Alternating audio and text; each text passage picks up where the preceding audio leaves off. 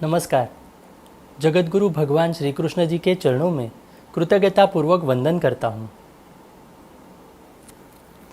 सनातन संस्था एवं हिंदू जनजागृति समिति की ओर से धर्म संवाद के इस विशेष कार्यक्रम में मैं कार्तिक सालुंके आप सभी का हार्दिक स्वागत करता हूँ। बंधुओं, पिछले कुछ दिनों से हमने धर्म संवाद के इस कार्यक्रम में धर्म विज्ञान यह नई मालिका प्रारंभ की है।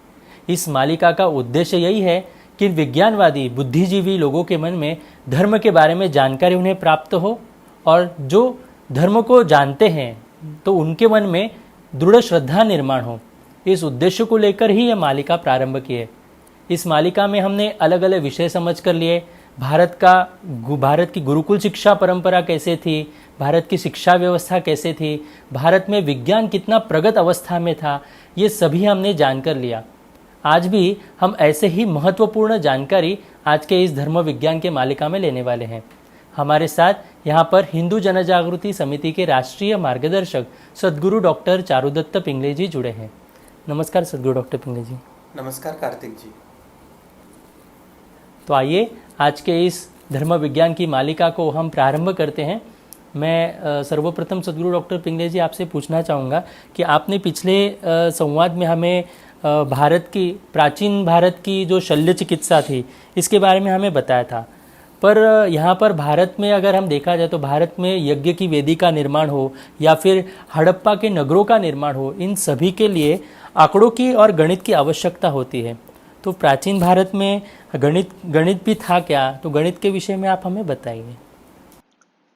जी कार्तिक जी, प्राचीन भारत में जो गणित था अर्थात मैथमेटिक्स इन एंशिएंट इंडिया, इसके संदर्भ में जानकारी लेना हम सभी की दृष्टि से बहुत आवश्यक है।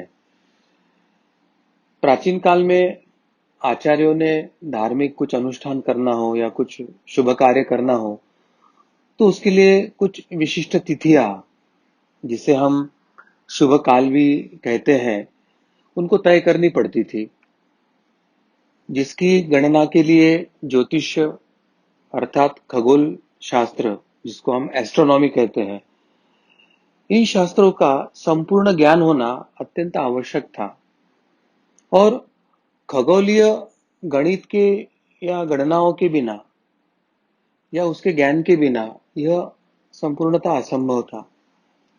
इसी प्रकार से विभिन्न यज्ञों के लिए जो वेदियों का निर्माण होता था, जैसे त्रिभुज है, चतुर्भुज है, षडभुज है, अष्टभुज है, वृत्ताकार है, आदि विभिन्न आकारों में ये यज्ञों की वेदियां बनाने का जो विधान था, इसके लिए भी अंकगणित यानी अरिथमेटिक, बीजगणित यानी अलजेब्रा, ज्यामिति यानी ज्योमेट्री, त्रिकोणमिति यानी ट्रिग्नोमेट्री इत्यादि सभी प्रकार के गणितों के संदर्भ का ज्ञान होना अत्यंत आवश्यक था। और यही कारण है कि भारत में जो गणित का प्रचलन है वो वैदिक काल से ही चला आ रहा है। वेदों के उपग्रंथ शुल्ब सूत्र में गणित के अनेक सूत्र हमको वहां पाए जाते हैं। प्राचीन भारत में गणित के अनेक विभागों में बहुत सा अधिक विकास हुआ था। आज जिसे स्कूलों में पाइथागोरस का प्रमेय या पाइथागोरस थ्योरम के नाम से जो पढ़ाया जाता है, उस विषय में पाइथागोरस से भी पहले हजारों साल पूर्व हमारे देश के आचार्यों ने इसके संदर्भ में जानकारी लिखित थी। वे उसके बारे में जानते थे और उसके प्रत्यक्ष प्रयोग किए हैं। इसका संदर्भ हमें बोधायन के शुल्ब सूत्र में स्पष्टता से मिलता है। बोधायन का जो शुल्ब सूत्र है, जो आप अभी स्क्रीन पर देख रहे हैं, इस शुल्ब सूत्र का मूलतः अर्थ ऐसे ही है कि दीर्घ चतुरस अर्थात जिसको हम आयत कहते हैं, उसके जो विकर्ण यानी रज्जु, उसका जो क्षेत्र यानी उसका जो वर्ग होता है, तो क्षेत्र का जो मान या आधार है यानी पार्श्वमानी जिसे कहा जाता है, एवं त्रियंगामानी यानी जिसको लंब परपेंडिकुलर कहते हैं, इसके वर्गों का योग होता है। यही शुल्ब सूत्र आधुनिक काल में पाइथागोरस के सूत्र के नाम से प्रचलित किया गया है। परंतु इस पाइथागोरस का जो थ्योरम है, उसका जो सूत्र है, उसका मूल जो स्रोत है, वो हमारे वेदों के शुल्ब सूत्र में ही पाया जाता है। अब वैदिक गणित पद्य में संकलित होता है, जो पाश्चात्य गणित से भिन्न रूप है। यानी ये बहुत महत्व का सूत्र है कि वेदों में गणित का स्पष्ट उल्लेख है और वो पद्य के स्वरूप में है, और जो कि पाश्चात्य ने वर्तमान जो प्रणाली है उससे पूर्णतः भिन्न स्वरूप में होने के कारण हमारे गणित की प्राचीनता अपने आप वो स्वयं सिद्ध ही हो जाती है। और वर्तमान जो गणित है, पाश्चात्य गणित है, उसका मूल आधार हमारा प्राचीन गणित ही था, यह भी उसमें हम सिद्ध कर सकते हैं। अब वेदों का यह जो गणित है वह सूक्ष्म तथा सक्षम है। यानी अगर यूनान का अगर हम गणित देखते हैं तो यूनान की गणित की अपेक्षा वैदिक गणित जो है उसके सूत्र अधिक सरल और अत्यंत स्पष्ट रूप में दिए हैं। अब आर्य प्रारंभ से ही प्रत्येक जो कार्य है वो करने से पहले उचित समय निर्धारित करने के लिए नक्षत्रों की चाल तथा दशा के प्रति सजग रहते थे। यानी काल या समय के निर्धारण के लिए आर्यों को, यानी हमारे सनातन परंपरा के जो श्रेष्ठ जीव थे, श्रेष्ठ लोग थे, उनको खगोल के, ग्रहों के या नक्षत्रों के जो गति है, चलन है, उसके संदर्भ में सभी जानकारी होती थी। हमारी आर्य परंपरा में, हमारी सनातन परंपरा में गणित की जो गिनती है वो 10 का घात 12 यानी 10⁻12 यहां तक हमारी गिनती सुस्पष्ट थी। जबकि उस तात्कालिक समकालीन समय में यूनान केवल 10 का घात 4 यानी 10⁻4 या रोम संस्कृति में 10⁻8 यानी 10 का घात 8 यहीं तक उनकी गिनती हो सकती थी। यानी उस समय की भी तात्कालिक तुलना अगर हम करते हैं तो हमारा जो प्राचीन गणित विज्ञान है या हमारा जो गणित शास्त्र है वो उस समय की तुलना में और आधुनिक की भी तुलना में कैसे वो उच्च कोटि का और प्रगत था, ये हमें पता चलता है। अब वैदिक काल में जो पूजा होती थी, वो पूजा की जो वेदियां बनती थी वो जो ज्योतमिति, वेदिया ज्योतमिति नाम से कहा जाता था उसे, यानी रेखा गणित यानी ज्योमेट्री के समकक्ष है वो। तो उसके पहले रेखा चित्रों के आकार के ही वो बनाए जाते थे। उसमें जो ईंट या पत्थर का उपयोग होता था, तो ईंट के पत्थर के जो आकार है उसका मापदंड है तथा उसकी संख्या जो होती है वो पूर्व निर्धारित ही होती थी। आकृतियों का जो धरातल इस प्रकार निर्मित किया जाता था कि उनका आकार अगर बदलना है तो बिना क्षेत्र का विस्तार किए उसका आकार बदलना संभव हो सकता था। और इसके लिए रेखा गणित की जो विस्तारित ज्ञान की जो आवश्यकता है वो पड़ती थी, और उसके लिए तात्कालिक समय में वो उस ज्ञान के संदर्भ में सक्षमता प्राप्त की थी। रेखा गणित को कल्प भी कहा जाता है। अब जो शुल्ब सूत्र है उसमें रेखा गणित के अनुसार वेदियां बनाने का विस्तारित वर्णन उन्होंने दिया है। और ये वर्णन किस प्रकार का है? वो आयताकृति है, वर्ग के आकार का वर्गाकृति है, वो चतुर्भुज है, अंडाकार यानी जिसे हम ओवल कह सकते हैं उस आकार का भी था। तो ऐसे विविध आकारों की यज्ञों की वेदियां उस समय बनाई जाती थी तथा उनका जो क्षेत्रफल और आकार इच्छा के अनुसार तत्काल उसे अदला बदल करके वो आकार को बदला भी जा सकता था। तो इसलिए उस समय का गणितीय ज्ञान कितना श्रेष्ठ था वह हमें समझ में आता है। अब महाभारत का अगर हम संदर्भ लेते हैं और उसमें गणितीय ज्ञान का कोई संदर्भ आता है कि इस तरह का अगर हम चिंतन करते हैं, तो एक बात मैं आपको स्पष्टता से बताना चाहूंगा कि प्रत्यक्ष दुर्योधन का भी रेखा गणित के संदर्भ में कैसे अध्ययन था उसका सूक्ष्मता से विचार हमें करना चाहिए। जब पांडवों ने उनको 5 गांव मांगे थे और उसके उत्तर में जब दुर्योधन कहता है कि सुई के नोक तले आने वाली भूमि को भी मैं देने से इनकार करता हूं, ऐसा जब दुर्योधन कहता है तो उसका यह जो वक्तव्य है उसके गणितीय ज्ञान की सूक्ष्मता और स्पष्टता के मापदंड को दर्शाता है। यानी भारतीय गणित के बिना उस समय का चाहे विज्ञान की प्रगति हो या वर्तमान के आधुनिक विज्ञान की भी क्यों न प्रगति की बात करो, भारतीय गणित के आधार के बिना ये प्रगति संभव ही नहीं थी। तो वर्तमान भी जो आधुनिक विज्ञान की जो प्रगति हो रही है तो उसका आधार हमारा भारतीय गणित है, यह मानकर ही हमें चलना चाहिए। जी। सदगुरु डॉक्टर पिंगले जी, मेरा अगला प्रश्न आपसे यही था, क्या हमारे प्राचीन शास्त्रों में गणित यह शब्द था? इसके बारे में आप हमें विस्तार से बताएं।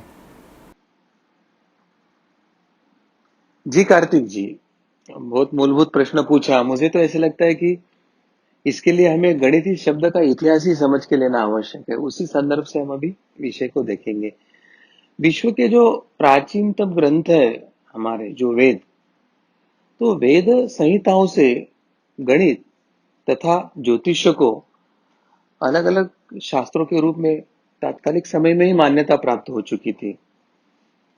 यजुर्वेद में खगोल शास्त्र शास्त्र के विद्वान यानी ज्योतिष शास्त्र के जो विद्वान है उनके लिए नक्षत्र दर्श इस शब्द को या इस उपाधि का प्रयोग किया जाता था तथा यह सलाह दी जाती थी कि उत्तम प्रतिभा प्राप्त करने के लिए नक्षत्रदर्श के पास जाना चाहिए। प्रज्ञानाय नक्षत्र दर्शन। अब वेदों में शास्त्र के रूप में गणित शब्द का नामतः उल्लेख तो नहीं किया गया है। स्पष्टता से गणित इस शब्द को उस समय उल्लेख नहीं किया गया है, पर यह कहा है कि जल के जो विविध रूपों का लेखा जोखा रखने के लिए गणक की सहायता ली जानी चाहिए। यानी गणित इस शब्द का स्पष्ट रूप से उल्लेख नहीं है, परंतु ये जो लेखा जोखा रखने के लिए गणक की सहायता ली जानी चाहिए, तो शायद इस गणक का ही आगे रूपांतरण गणित इस शब्द में हुआ होगा। और शास्त्र के रूप में गणित का प्राचीनतम जो शब्द का उपयोग है या उसका जो प्रयोग है वो लगध ऋषि द्वारा किया गया है। लगध ऋषि ये गणित इस शब्द के प्रयोग के अधिष्ठात्री ऋषि है, ऐसे हम कह सकते हैं। प्रोक्त वेदांग ज्योतिष नामक एक ग्रंथ में एक श्लोक में यह गणित शब्द का उल्लेख आया है ऐसे माना जाता है। पर इससे भी पूर्व छंदोग्य उपनिषद में सनत कुमार के पूछने पर नारद जी ने जो 18 अधिक विद्याओं की सूची उस समय प्रस्तुत की है, उसमें ज्योतिष के लिए नक्षत्र विद्या ऐसा उल्लेख आता है तथा गणित के लिए राशि विद्या यह नाम उसने प्रदान किया था। तो राशि विद्या यह गणित के समकक्ष उसका पर्यायवाचक नाम है, ऐसे हम कह सकते हैं। इससे भी प्रकट होता है कि उस समय इन शास्त्रों की तथा इन विद्वानों का अलग अलग प्रसिद्धि हो या उसका चलन हो चल रहा था। अब समय के साथ जब हम आगे गए तो इस शास्त्र के लिए अनेक नाम विकसित होते रहे और सर्वप्रथम ब्रह्मगुप्त ने पाठ या पाटी का प्रयोग किया,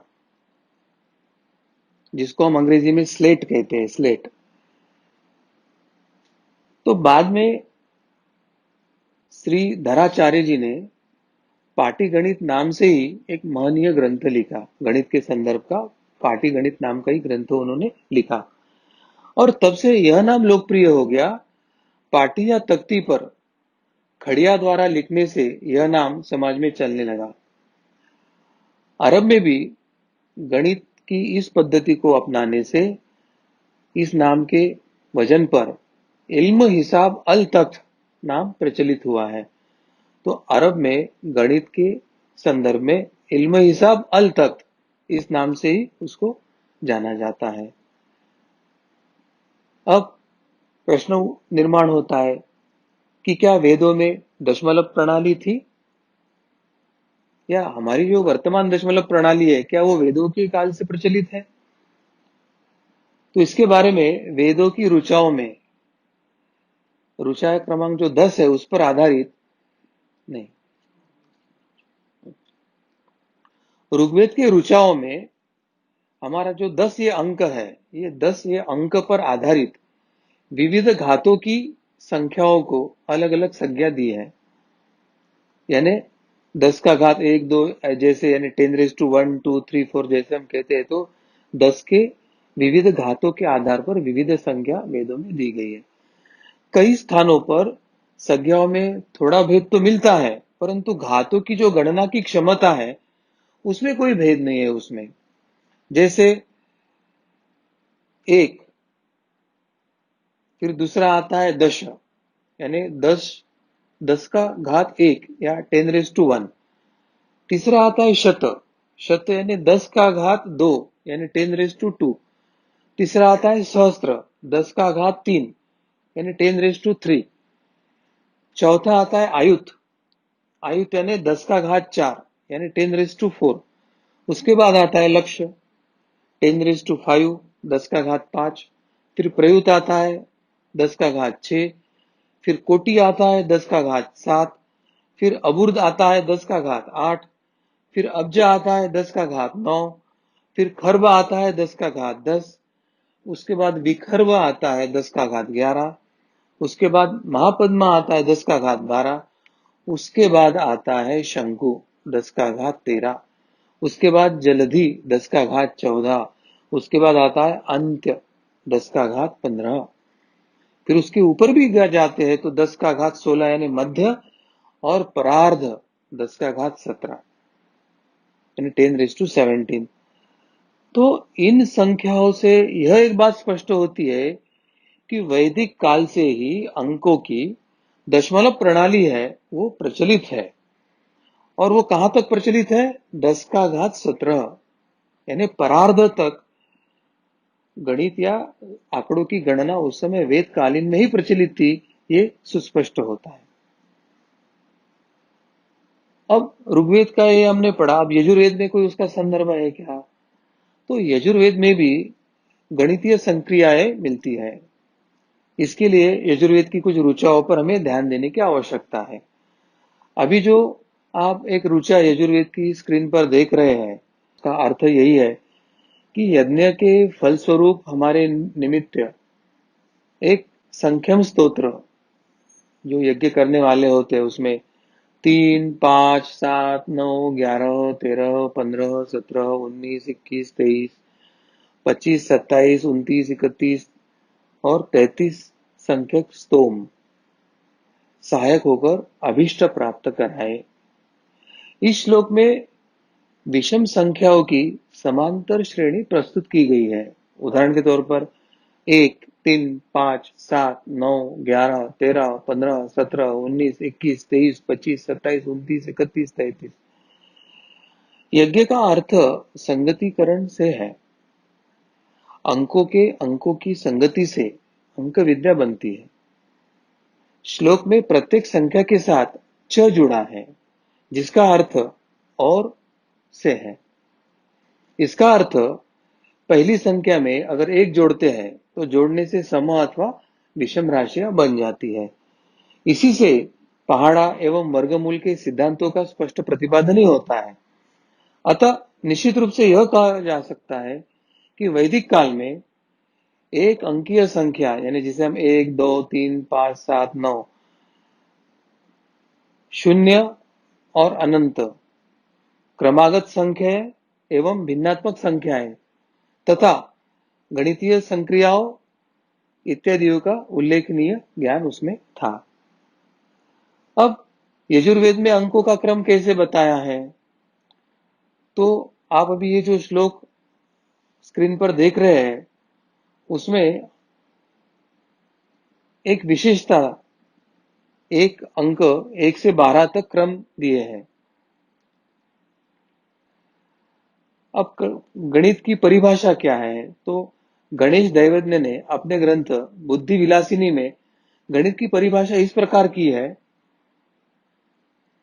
ये जो श्लोक आप स्क्रीन पर देख रहे हैं, उस श्लोक का अर्थ यही है कि जो परिकलन करता और गिनता है वह गणित है, तथा विज्ञान जो इसका आधार है वह भी गणित कहलाता है। अब भारतीय ग्रंथों में गणित की महानता क्या है, कहाँ कहाँ विशद की है, वो भी हम अभी समझ लेंगे। वेदांग ज्योतिष में गणित का स्थान सर्वोपरि बताया है। वेदांग ज्योतिष यानी कोई भी ज्योतिष हो या वेद हो, वो गणित के आधार पर ही रहता है।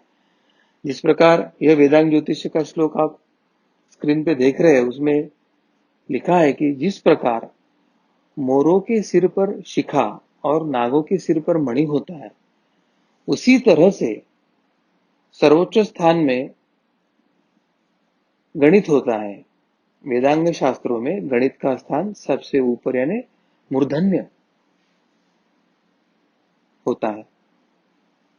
अब अन्य शास्त्रों में गणित की जो विवेचना की है वो कैसे की है, तो भारत में अन्य शास्त्रों के जो विद्वान हैं, वो विद्वान भी गणित की भावना से ओतप्रोत ही रहते थे, होते थे, ऐसी साक्ष्य हमें अनेक जगह मिलती है। उन शास्त्रों में प्रसंगवश गणित विषय की अनेक जानकारियां बिखरी पड़ी है। महान पाणिनि ने गणित के अनेक शब्दों की सूक्ष्म विवेचना या उसकी विश्लेषण भी वहां पर की है। उन्होंने चक्रवृद्धि ब्याज यानी जिसे हम कंपाउंड इंटरेस्ट कहते हैं, तो चक्रवृद्धि ब्याज द्वारा सर्वाधिक बढ़ी हुई जो रकम है उसको महाप्रवृद्ध कहा है या महाप्रवृद्ध बताया है। तोलना, मापना, चाहे सिक्के हो, पण द्रव्य के सैकड़ों शब्द के जो वर्णन है वे अंतर्गत त्रैराशिक नियम की जो सूचना है वो उन्होंने दी है। गणित का खगोल विज्ञान के साथ एक अनन्य संबंध माना गया है। ये जो आप श्लोक स्क्रीन पर देख रहे हैं, उस श्लोक का अर्थ यही है कि भास्कराचार्य का इसमें उन्होंने अपना जो मत रखा है, तो वे कहते हैं कि खगोल तथा गणित में एक दूसरे से अगर अनिविज्ञ कोई पुरुष है तो वो उसी प्रकार महत्वहीन है जैसे घृत के बिना कोई व्यंजन बनता हो, या राजा के बिना कोई राज्य हो, या किसी अच्छे वक्ता के बिना कोई सभा हो। यानी दोनों परस्पर इतने पूरक है और उसमें से एक को भी न जानना यानी पूरा उसका रस ही निकल जाता है, ऐसे भास्कराचार्य ने इस श्लोक द्वारा बताया है। अब ईशावास्य उपनिषद में गणित के संबंध में तो कुछ मंत्र भी है, और इसके शांति मंत्र में जो कहा गया है कि ओम पूर्णमदः पूर्णमिदं पूर्णात् पूर्णमुदच्यते पूर्णस्य पूर्णमादाय पूर्णमेवावशिष्यते। अब यह मंत्र माध्य आध्यात्मिक वर्णन का नहीं है, अपितु इसमें अत्यंत महत्वपूर्ण गणितीय संकेत भी छिपा हुआ है। और यह जो संकेत है वो समस्त गणित शास्त्र का आधार भी बना हुआ है। यह जब तक हम समझ नहीं लेते तब तक हमारे मंत्रों के जो गुणार्थ है या मंत्र हमारे आधुनिक, हमारे उस समय के पारंपरिक विज्ञान हो या पारंपरिक गणित के कैसे आधार बने हैं वो हमें समझना कठिन है। यह मंत्र कहता है कि यह भी पूर्ण है और वह भी पूर्ण है। पूर्ण से ही पूर्ण की उत्पत्ति होती है, तो वह भी पूर्ण है, और अंत में पूर्ण में ही लीन होने से वो अवशिष्ट जो होता है वह भी पूर्ण ही रहता है। अब जो वैशिष्ट पूर्ण के वर्णन में ही वही वैशिष्ट शून्य व अनंत में भी है। यानी उदाहरण के तौर पर अगर हम देखते हैं तो शून्य में शून्य जोड़ने से या शून्य में शून्य घटाने पर शून्य ही रहता है। यह बात अनंत की भी है। हमारे यहाँ जगत के संदर्भ में विचार करते समय दो प्रकार के चिंतक हुए थे, एक इति इति कहने वाले, दूसरा नेति नेति कहने वाले। इति यानी पूर्णता के बारे में कहने वाले, और नेति यानी शून्यता के बारे में कहने वाले। यह शून्य का जो आविष्कार गणना की दृष्टि से अगर हम विचार करते हैं, तो गणित के विकास के दृष्टि से यह अप्रतिम रहा है, और उसी के आधार पर ये गणित की प्रगल्भता और व्यापकता भी प्रस्थापित है। अब हड़प्पा जो संस्कृति थी, उसमें भी दशमलव प्रणाली का कैसे उपयोग किया गया था, या उसका जो व्यवहारिक उपयोग है, उसके कुछ उदाहरण उसमें अगर हम देख पाते हैं, तो उसके बारे में भी हम अभी चर्चा करेंगे। तो भारत में जो दशमलव प्रणाली थी, उसका अस्तित्व हड़प्पा कालीन जो सिंधु घाटी सभ्यता थी, उसमें भी स्पष्टता से हमें उसके प्रमाण मिले हैं। हड़प्पा के बाटों और मापों के जो विश्लेषण से हम कुछ बातें उसमें से समझ सकते हैं। उस काल में 0.05, 0.1, 0.2, 0.5, 1, 2, 5, 10, 20, 50, 100, 200 या 500 के अनुपात में बाट यानी वजन का माप वहां पर था, यह उसके प्रमाण मिले हैं। और हड़प्पा के जो बाट यानी जो वेइंग मेजर्स थे या माप, उनकी एक खास बात थी जिस पर ध्यान आकर्षित होता है, वह है उनकी शुद्धता। शुद्ध माप वाले बाटों की श्रृंखलाबद्ध प्रणाली का अस्तित्व हड़प्पा के समाज में व्यापार वाणिज्य में हुए विकास की ओर ही संकेत करता है। यानी जहां उसके मापन पद्धति और उसके जो प्रमाण है, उसका ही विकास इतना हुआ है, तो उसके आधार पर व्यापार और वाणिज्य का कितना विकास हुआ होगा, उसकी कल्पना हम कर सकते हैं। अब वैदिक काल में धार्मिक तथा जो कृषि और उस समय की जो कर प्रणाली थी, उसके संदर्भ में अंकगणित की स्थिति क्या थी, वो कितनी प्रगत और प्रगल्भ थी, वह भी हम समझ लेंगे। अब वैदिक काल में जो गणितीय गतिविधियां के जो अभिलेख हमें मिले हैं, तो वेदों में अधिकतर धार्मिक कर्मकांडों के साथ वो समांतर चल रहे थे, ऐसे प्रमाण मिलते हैं। फिर कई कृषि आधारित जो प्राचीन सभ्यता थी, तो उन सभ्यताओं की तरह यहाँ पर भी अंक गणित तथा ज्यामिति का अध्ययन हुआ था, यह हमें समझ में आता है। अब जो भू वितरण प्रणाली थी, चाहे जमीन का नापना हो या उसका वितरण करना हो, या कृषि कर जो वसूल करना है, तो उसका कर कितना लेना है, इसका जो आकलन करना है, तो आकलन करने हेतु भी कृषि क्षेत्र को शुद्ध माप की आवश्यकता उस समय थी। हर गांव के किसान की मिल्कियत को अलग अलग भागों में या दर्जों में विभाजित किया जाता था, ताकि जमीन का आवंटन जो है वो अत्यंत न्यायपूर्ण हो सके।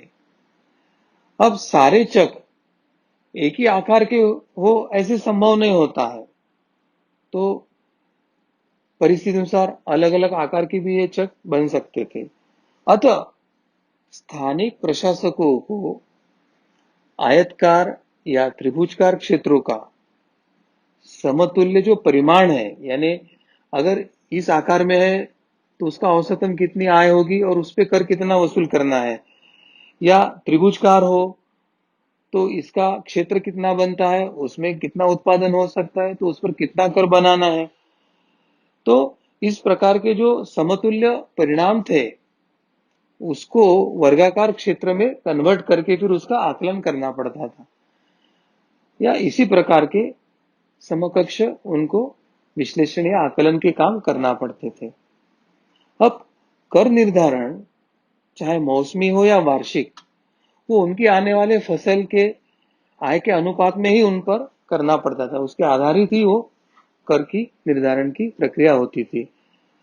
मगर कई अन्य देशों के ध्यान में रखकर कभी कभी उन्हें कम या अधिक भी किया जा सकता था, ऐसी उनमें प्रावधान थी।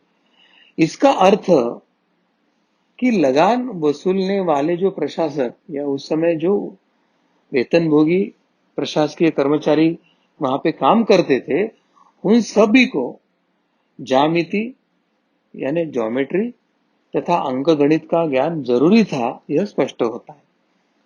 इस प्रकार गणित कृषि क्षेत्र की गतिविधि और कर्मकांड दोनों क्षेत्र की सेवा में उपयोग होता था, यह हमें स्पष्ट पता चल रहा है। और जो अंक गणित की जो क्रिया है, जैसे योग यानी दो इसको मिलाना है, या एक में से दूसरे को घटाना है, या एक का दूसरे से गुणन करना है, या एक को दूसरे से भागना है, या उसका वर्ग करना है, घनमूल करना है, तो ये जो सब है वर्ग घन और मूल, ये नारद विष्णु पुराण में सुस्पष्टता से वर्णित है। और इसके जो प्रणेता है उनको वेद व्यास को इसके प्रणेता माना गया है। अब ये परिणाम कैसे निकाले गए हैं, इस विषय पर आधुनिक विद्वानों में निश्चित मतभेद है। कुछ का विश्वास है कि ये परिणाम अटकल विधि या रूल ऑफ थंब या कई उदाहरणों से प्राप्त नतीजों का जो साधारीकरण है, उसका एनालिसिस है, उसके आधार पर निकाले गए, ऐसे वो अपना अपना तर्क बताते हैं। परंतु उसमें जो एक दूसरा मत है कि एक बार कोई वैज्ञानिक विधि न्याय सूत्रों से अगर निश्चित हो गई तो ऐसे नतीजों के प्रमाण अवश्य दिए गए होंगे, मगर ये प्रमाण काल के समय में नष्ट हो गए अथवा गुरुकुल प्रणाली के जरिए मौखिक रूप से उनका प्रसार होते जाने के कारण वो कहीं लिखित ना मिले होंगे, या केवल उनके प्रक्रिया के केवल अंतिम परिणाम ही ग्रंथों में सारणीबद्ध किए हो। इस प्रकार की संभावना होने के कारण वो विश्लेषण में एक समानता उसमें नहीं दिखाई देती है। परंतु हर हाल में यह तो निश्चित है कि वैदिक काल में गणित के अध्ययन को काफी महत्व दिया जाता था, ये स्पष्ट होता है। कई शताब्दियों के बाद मैसूर के जो जैन गणितज्ञ थे महावीराचार्य, उन्होंने गणित के महत्व पर जोर देते हुए कहा था कि इस चलाचल जगत में जो भी वस्तु विद्यमान है वह बिना गणित के आधार के नहीं समझी जा सकती है। यानी बहुत बड़ा सिद्धांत रखा है कि ये दृश्य जगत में जो भी दिख रहे हैं वो बिना गणित के आधार से हम समझना आकलन करना बड़ा कठिन बात है। और पाणिनि और जो अन्य विधि सम्मत वैज्ञानिक थे उनके संकेत चिन्हों के बारे में भी हम जान लेंगे। भारतीय विज्ञान के इतिहास में एक विशेष प्रगति जिसका गंभीर प्रभाव सभी परवर्ती गणितीय ग्रंथों पर पड़ा था, वो संस्कृत व्याकरण और भाषा विज्ञान के प्रणेता पाणिनि द्वारा किया गया काम था। ध्वनि शास्त्र और संरचना विज्ञान पर एक विशद और वैज्ञानिक सिद्धांत उसकी पूरी व्याख्या के साथ प्रस्तुत करते हुए पाणिनि ने अपने संस्कृत व्याकरण के ग्रंथ अष्टाध्यायी में विधि सम्मत शब्द उत्पादन के नियम और परिभाषाएं प्रस्तुत की थी। बुनियादी तत्वों जैसे स्वर है, व्यंजन है, शब्द है, इनके जो भेद तथा संज्ञा और जो सर्वनाम है आदि को भी पाणिनि ने वर्गीकृत करके रखा था। अब जैसे संयुक्त शब्द है, दो शब्दों को मिलकर जो शब्द बनते हैं या वाक्य हो, तो उनके विन्यास की श्रेणीबद्ध नियमों के जरिए उन्होंने उसी प्रकार की व्याख्या की जैसे विधि सम्मत भाषा सिद्धांत में की जाती है, उसी प्रकार जी जोसेफ ने अपने the crest of the peacock इस ग्रंथ में विवेचना करते हुए कहते हैं कि भारतीय गणित की जो बीजगणितीय प्रकृति यह संस्कृत भाषा की संरचना की परिणति है। इंगरमैन ने अपने शोध प्रबंध में पाणिनि बैक्स फॉर्म में वे लिखते हैं कि पाणिनि के जो संकेत चिन्ह हैं उन संकेत चिन्हों को उन्होंने उतना ही प्रबल बतलाया जितना कि बैक्स के संकेत के चिन्हों को बताया है। अब भारत की अंक प्रणाली के संदर्भ में कुछ विशेष बातें हम जान लेंगे। ये बात ठीक है कि चीन में भी दशमलव आधारित गणना पद्धति उस समय प्रचलित थी, किंतु उनकी संकेत प्रणाली, भारतीय संकेत चिन्ह प्रणाली जितनी शुद्ध सरल नहीं थी, और यह भारतीय संकेत प्रणाली ही थी जो बाद में अरबों के माध्यम से पश्चिमी दुनिया में पहुंची और अब वो वहां की सार्वभौमिक रूप में स्वीकृत हो चुकी है। इस घटना में कई कारकों ने अपना योगदान दिया है, जिसका महत्व संभवतः सबसे अच्छे ढंग से फ्रांसीसी गणितज्ञ लाप्लेस ने बताया है। हर संभव संख्या को 10 संकेतों के समुच्चय द्वारा प्रकट करने की अनोखी विधि भारत में ही उत्पन्न हुई है, यह हमें जान लेना चाहिए। और यह विधि आजकल इतनी सरल लगती है कि इसके गंभीर और प्रभावशाली महत्व पर ना तो गणितज्ञों का ना तो समाज का ध्यान जाता है। इससे अपनी ये जो सरल विधि द्वारा गणना को जो अत्यधिक आसान बनाने की जो प्रक्रिया हुई है और अंकगणित के उपयोगी आविष्कारों की श्रेणी में एक अग्रगण्य बना के रखा है, वो इसी कारण है। अंकगणित का व्यापार और वाणिज्य पर जो प्रभाव है तथा नक्षत्र विद्या का जो महत्व है, वो भी संक्षेप में हम जान लेंगे। व्यापार और वाणिज्य में वृद्धि के फलस्वरूप और विशेष रूप से ऋण का लेना है या देना है, इसमें साधारण ब्याज और चक्रवृद्धि ब्याज यानी normal interest and compound interest, तो इस बैच के ज्ञान की, उसके कैलकुलेशंस की ज्ञान की जरूरत पड़ती है। संभवतः इससे अंकगणितीय और ज्यामितीय श्रेणी में उस समय की तात्कालिक व्यापारी हो या समाज की रुचि को बढ़ाया था। चाहे गणित हो, ज्योतिष का ज्ञान हो और विशेषकर समुद्र में या पानी में जो ज्वार भाटाएं आती है उससे संबंधित ज्ञान हो या नक्षत्रों का ज्ञान, ये सभी प्रकारों का ज्ञान उस समय के जो व्यापारी समुदाय थे उनके लिए अत्यंत महत्व का होता था, क्योंकि उनको रात में चाहे रेगिस्तान में प्रवास करना हो या जहाज द्वारा उन्हें महासागरों को पार करना हो, ये जो चारों प्रकार का ज्ञान अगर उन्हें है तो उनका प्रवास हो या आगे जाकर व्यापार हो, वो सुरक्षित और योग्य होने की संभावना है। अन्यथा उसमें कई संकट भी आने की संभावना रहती थी। तो व्यापारी वर्ग इस ज्ञान से युक्त ही होता था, ये एक बड़ी उस समय की उपलब्धि थी। अब जो जातक कथाओं या कई अन्य लोक कथाओं में इसका बार बार जिक्र आना इसी बात का द्योतक है। यानी जातक कथाओं, लोक कथाओं, तो उसमें यहाँ से कोई जहाज में उधर जा रहा है या उधर से इधर आ रहा है, और उसमें इन सब बातों का उल्लेख होना ये शायद यही दर्शाता है कि उस समय जो व्यापारी थे वो इन सभी ज्ञान या शास्त्रों से अत्यंत परिचित हुआ करते थे।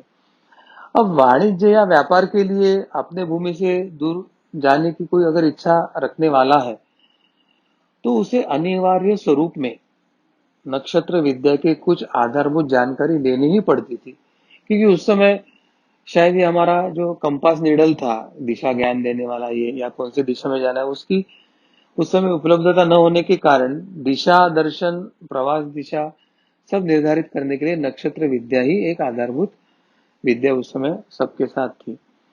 और इससे क्या हुआ कि इस विद्या में शिक्षकों की भी तो संख्या बढ़ी, क्योंकि विद्यार्थियों की भी संख्या बढ़ रही थी। तो जिन्होंने बिहार के चाहे कुसुमपुर हो या मध्य भारत के चाहे उज्जैन हो अथवा उनसे भी अपेक्षाकृत छोटे छोटे स्थानीय जो केंद्र है या गुरुकुल होते थे, उसमें उन्होंने स्पष्टता से उसके बारे में प्रशिक्षण प्राप्त किया था।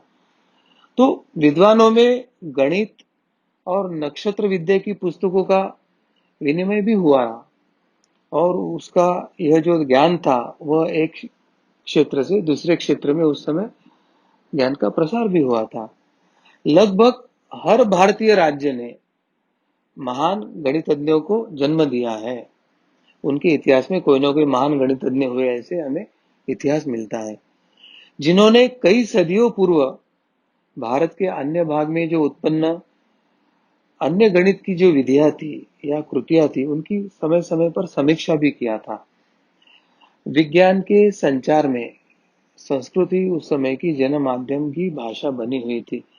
तो इस प्रकार ये जो चाहे नक्षत्र हो, खगोल विद्या हो, या अंक गणित हो, या ज्यामिति हो, या अन्य त्रिमिति हो, तो इसका ज्ञान उस समय पक्के घर बनाने के लिए, सड़कें बनाने हेतु, कुछ यंत्र या औजार बनाने हेतु, कर्मकांड, ये उस समय का प्रमुख एक कांड था जिसके ऊपर यज्ञ याग की संस्कृति चल रही थी। तो उसकी जो वेदियां बनाना है उसके संदर्भ में, और उसके साथ भारत तात्कालिक समय में विश्व का सबसे बड़ा व्यापारी केंद्र था, और विश्व से कम कहा जाता है कि 60 से 65% जो जीडीपी यानी सकल उत्पाद, घरेलू उत्पाद था, वो भारत का था, और भारत से ही संपूर्ण विश्व में व्यापार होता था। तो भारत से ही सभी दिशा के तरफ व्यापार के लिए लोग अपना अपना हीरे जवाहरात या अलंकार को साथ अन्य जो मसाले या खान पान की वस्तु को लेकर वो व्यापार के लिए निकलते थे। तो उनको सबसे महत्व की बात थी कि चाहे भूमि पर हो या जल में हो या रात के रेगिस्तान का प्रवास हो, हम सही दिशा में जा रहे हैं या नहीं, हमारा प्रवास योग्य दिशा में हो रहा है क्या, ये जानने के लिए नक्षत्रों की, तारों की स्थिति, ग्रहों की स्थिति, इनका अध्ययन होना अत्यंत अनिवार्य था।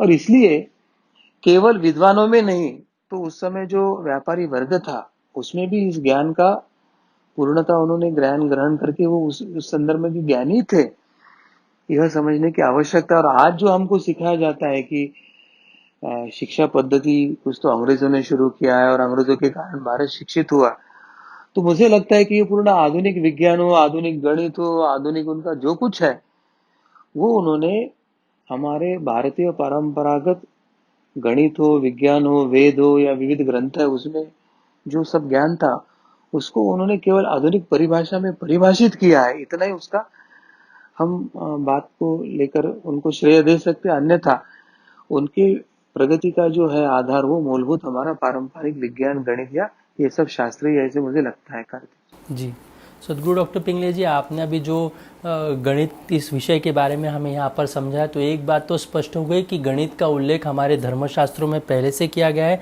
वेदों में इसका उल्लेख किया गया है, और ये बहुत ही प्राचीन रूप से हमारे ही सनातन धर्म से ही आज ये पूरे विश्व को ये गणित मिला हुआ है। ये बात आज हमें स्पष्ट हो गई है। मेरा सभी दर्शकों से ये निवेदन है कि ये जो आप धर्म शिक्षा की और ये धर्म विज्ञान की मालिका आप देख रहे हैं, ये आप अवश्य अपने संपर्क में जितने लोग हैं उन तक ये पहुंचा सकते हैं। और हमारा ये जो गणित है, ये जो शास्त्र है, ये कितना प्रगत है और वो सनातन धर्म से कैसे आया है, ये अन्य लोगों तक भी आप ये पहुँचाने का प्रयास कर सकते हैं। यदि आपको इस विषय सुनते समय यदि कोई प्रश्न निर्माण हुए हो, तो आप अवश्य अपने कमेंट बॉक्स पर अपने प्रश्न यहाँ पर हमें भेज सकते हैं। आपकी शंकाओं का समाधान करने का हम पूर्ण रूप से प्रयास करेंगे। साथ ही मैं सभी से निवेदन करना चाहूँगा कि आप ये जो YouTube चैनल पर आप देख रहे हैं, तो उसको अवश्य सब्सक्राइब करें, और फेसबुक लाइव के माध्यम से जो दर्शक देख रहे हैं वो अवश्य हमारे इस हिंदू अधिवेशन पेज को लाइक करें। आज के धर्म विज्ञान की मालिका को अभी हम यहीं पर हम रुकने वाले हैं। मैं फिर से एक बार आह्वान करता हूँ, आप नोटिफिकेशंस जो देख रहे हो, नोटिफिकेशन ऑन कीजिए, ताकि आपको समय समय पर जो भी नई मालिका आएगी उसके बारे में आपको जानकारी मिले। कल हम फिर से इसी संवाद को आगे लेकर जाने वाले हैं, और इस धर्म विज्ञान की मालिका में गणित के विषय में अधिक जानकारी हम करके कल के धर्म विज्ञान के मालिका में हम सभी लेंगे। भगवान श्री कृष्ण जी की असीम कृपा से आज का यह संवाद यहीं पर संपन्न हुआ, ऐसे मैं घोषित करता हूँ। नमस्कार।